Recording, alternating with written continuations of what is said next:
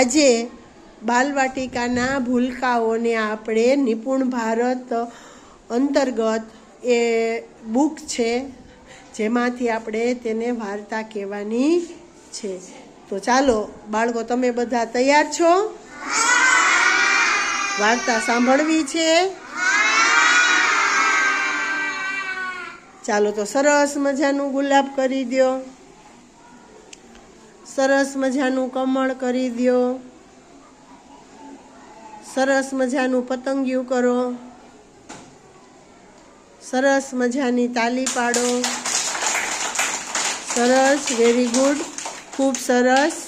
તો ચાલો આપણે નિપુણ ભારતની બુક છે જેમાં હાથી અને બકરી, વાર્તાનું નામ શું છે? હાથી અને બકરી. તો અહીંયા ચિત્ર બુક છે. આપણે આ ચિત્ર જોતા જશું અને વાર્તા કરતા જશું. ચાલો તો આ બધાને ચિત્ર દેખાય છે? જો અહીંયા આ હાથી છે, એના ઉપર શું છે? આ સસલું, ખિસકોલી અને બકરી. તો ચાલો શું છે એ આપણે જોઈએ. તો ઝાડ નીચે એક હાથી સૂતો હતો. સૂતો છે ને હાથી? હવે આ હાથી સૂતો છે ત્યાં એક ખિસકોલી અને એક સસલું બરોબર રમતા હતા.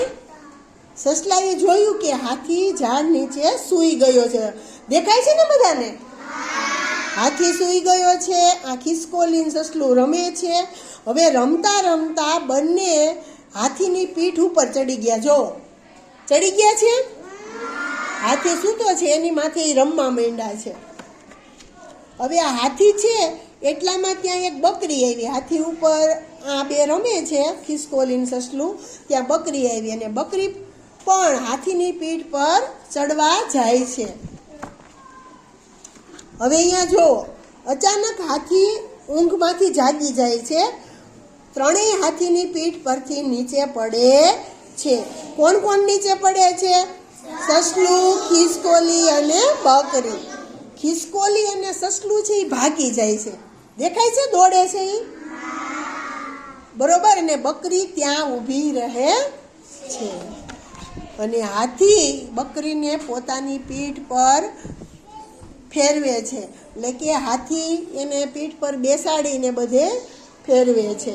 તો અહીંયા આ ચિત્ર વાર્તા છે. તો આમાં તમને મુખ્ય શું વસ્તુ છે?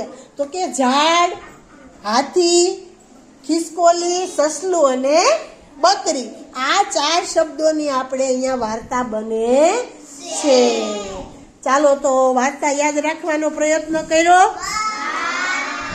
મજા આવી તમને? ખૂબ મજા આવી? તો સરસ મજાની તાલી પાડી દો. સરસ, ખૂબ સરસ, વેરી ગુડ.